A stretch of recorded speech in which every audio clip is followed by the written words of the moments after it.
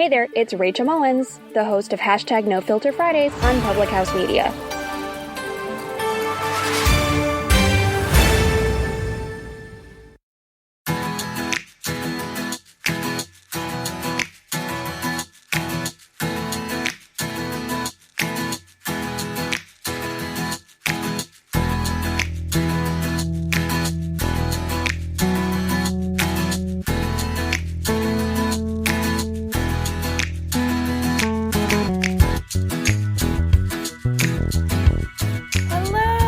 My friends, it's Julianne Condia, the host of Rewritten.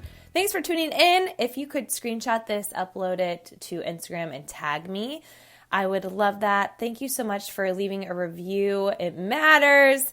I am so excited for 2020. I cannot believe that we have this whole new year, whole new decade ahead of us. It just feels exciting. And I want to help you. I want to help you have breakthroughs. I want to help you break through these limitations that you put on yourself. I mentor women for a living. That is what I do. And so much of what women that I mentor need to break through is their doubt and their fear. They are so afraid of the opinions of other people. They're so afraid of looking bad or weird or salesy or whatever, and they feed into this doubt that they aren't enough, that they can't do it, or who would ever want to link arms with them, or why does their story matter? They don't think that they are special. And I just want to help you realize that you just being you is the best gift you could give someone. And I just want you to utilize what makes you so special. And if you are thinking, I don't know, it's just going to take some work and time, and trust that. But for 2020 and this new decade and all of the beautiful things to come into your life in the future, I just want you to start preparing. So I feel like my theme this year is training over trying, and just continuing to train myself to get better. And because we don't know what's going to happen in life, we don't know what hardships we're going to experience, loss that's going to come our way, or just tough situations. And I just feel like if I can just always be training, it will help me through whatever's to come. So I am doing I don't want to call it a race, but an event. I'm literally paying to go to an event that is hard. It's called 29029, and it's nuts. It's the equivalent of Mount Everest. And so what I am going to do in August is see how many times I can climb this mountain in 36 hours. Hopefully, I do it 13 times, which would be the equivalent of Mount Everest. That's the goal. But training starts now. And I keep visualizing myself on that mountain. I keep visualizing the times I'll want to quit and how I'm going to coach myself through it. I keep just visualizing myself there. And it's not just the victory I'm visualizing. I'm also visualizing when I'm wanting to quit, throw in the towel, when it's hard, and how I'm continuing to put one foot in front of the other. That I don't quit. I don't give up. I keep going. I keep going. I keep at it. And I just feel like this whole idea of training versus trying can really help us, that we're training in life. We're training to get better always, and it's just going to help us. So what Erik and I do, now we have family meetings, him and I, and we just go over our finances. We go over our schedule, but we also go over what we're grateful for. We go over goals that we have this year for 2020. We both decided that we want to do something massively outside of our comfort zones, which I feel like I'm pretty good about that in our marriage. I always encourage us to do these crazy things. I'm naturally the risk taker. He's the one that keeps us grounded, and I'm the one that keeps us flying. And so we just balance each other out so well. But I just feel like I'm always wanting to go for these crazy things. and he laughs. It drives him crazy, but he knows it's good for him. But he then at the same time keeps me patient and keeps me focused and all these things. And so it's just a really good balance, but we are choosing to do things that are out of our comfort zones. He is signing up for a marathon. When we first met, he ran probably average 5 miles, 4 to 5 miles, but he's never ran more than 6. So that is outside of his comfort zone. I'm so excited and proud of him. I'm not going to help him train for that. I think running is proof that Satan exists. However, I am training for 29029, and he is helping me because he's just a saint and he's wonderful. But those are things that we're doing outside of our comfort zone. So point is that when we get together, we really are focused with our time. So what I'm hoping as you listen to this is that you meet up with your spouse and you have some meeting time, whether that's once a week, once a month, whatever. The more frequent it is, the better. And just game plan, have a plan for all the roles in your life. And I'm going to break this down in a second. But if you do not have a spouse, you can do this yourself, of just having this check-in time with yourself, of you're sitting down. We really like to sit down at the table and have our calendars out, have everything out, and we're just going through. And it's not always glorious. It's not always easy. There's sometimes I still get a little feisty in these meetings, and he's just so wonderful, and I'm getting better. Let's just say that. So, but it's just been really helpful and healthy for us. So with 2020 approaching and just this year and new decade, this is something we really wanted to be diligent about. So what we do is we just pick the different areas in our life that we need to work on. So for example, if we are starting to talk about finances, we'll talk about our weekly budget. We'll talk about our monthly budget. We'll talk about our income that we made over the last year. We'll see how much it's grown. We'll talk about how we want to give back, tithing. It's just different, and not all the conversations are the exact same, but we definitely sit down. We look at all of our money. We look at what we want to do with our money, what expenses we have coming up, what things we want to do with our money, and it's just really helpful. So here's an example of something that you could do. If my team Happy and Fit, so if you don't know, I am a business mentor. I feel like I'm a lifestyle coach. I help women get in the best shape of their life in all areas. So a big focus that our team has had is paying off debt. I have so many people on my team that they're living this debt-free journey, and it has just been so encouraging and so exciting. So here's an example of what you could do sitting down by yourself or with your spouse, is how to snowball your debt. Now, you could make a list of all your debts from the smallest to largest. This is the Dave Ramsey snowball effect, if this makes sense. So you list out with your spouse or with yourself all your debts from your smallest to largest amount owed, and then just ignore the interest rate.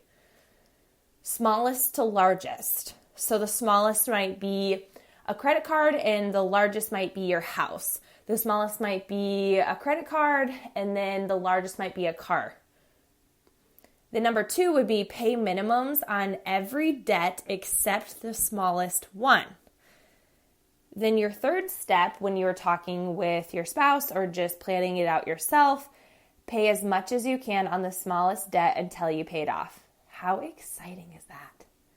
And then once the smallest debt is paid, roll that payment, the minimum plus extras, over to that next debt on the list.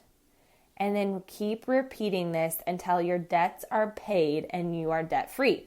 So that is something that Erik and I might talk about.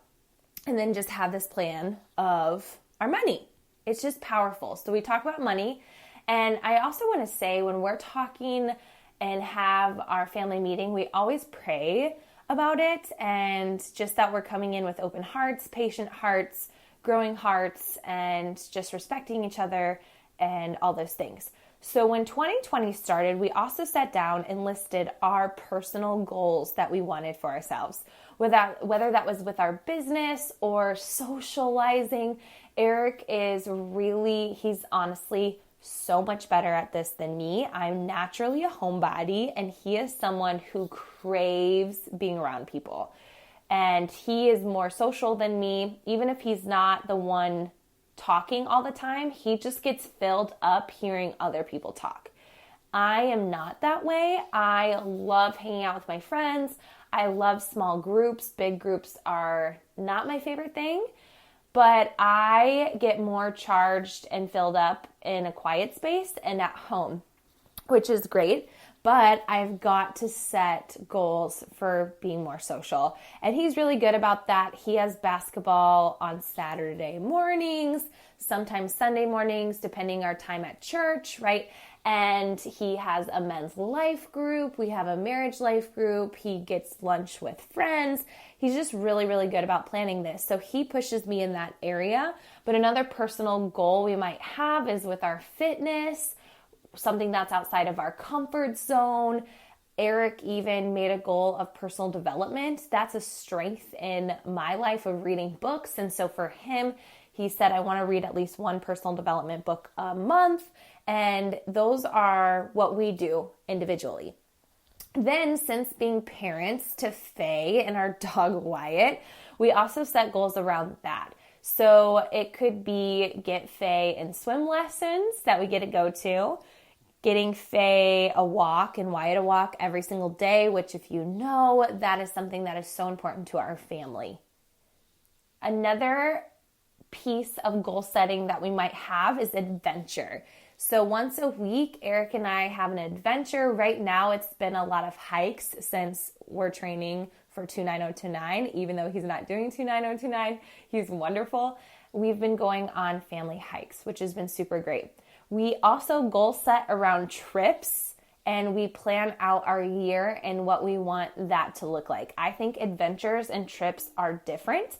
And so, for example, we are planning a trip to Wisconsin.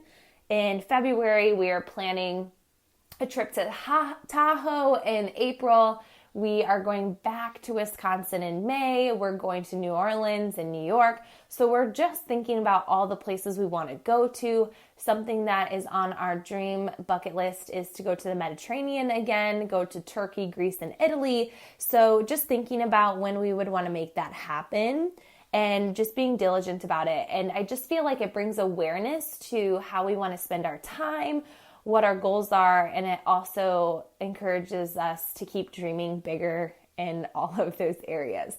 So, friend, these are just examples of what Erik and I do. We just feel like we're training. We're training to be better individuals. We're training to be better parents, better spouses. That's another area we goal set for the week when we have our family meetings, but also for the year of what do we want our marriage to be like? What do we want it to feel like? What goals do we have for our marriage? Is that a weekly date night? Is that a trip away with just the two of us? And how do we want to spend our time? Do we want to always have dinner? Since we run and own a business, our schedules can look different. And so is sitting down at the table once a day feasible, or is it twice a day? And that's when we connect. We just have to figure that out. But I feel like when we're intentional with that, we feel better as individuals. We feel better as spouses, and we feel better as parents, and we feel better as friends because we're not winging it. But there's flexibility in there. We are very diligent and strategic with our time.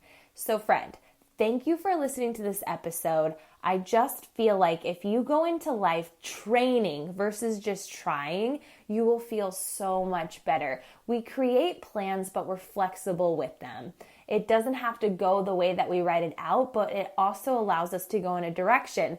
If you want to be better with your money, you have to be aware of your money. And another thing too is that we celebrate. That's a huge thing. So when we're talking about the roles that we have, the intentions that we have, we also celebrate and we course correct and we set goals. So around money, we celebrate the growth of our income. We celebrate when we've been able to give. We've celebrated a lot of different things of how we've helped people. And then we course correct things that we need to get better at or we need to set goals with. And it just has a positive conversation with all of these. I believe 2020 and this new decade is going to be huge for you if you go into it being intentional with how you want to grow, what you need to celebrate, and what you need to work on. That's a little sneak peek into the Condias and how we live our lives and how we game plan.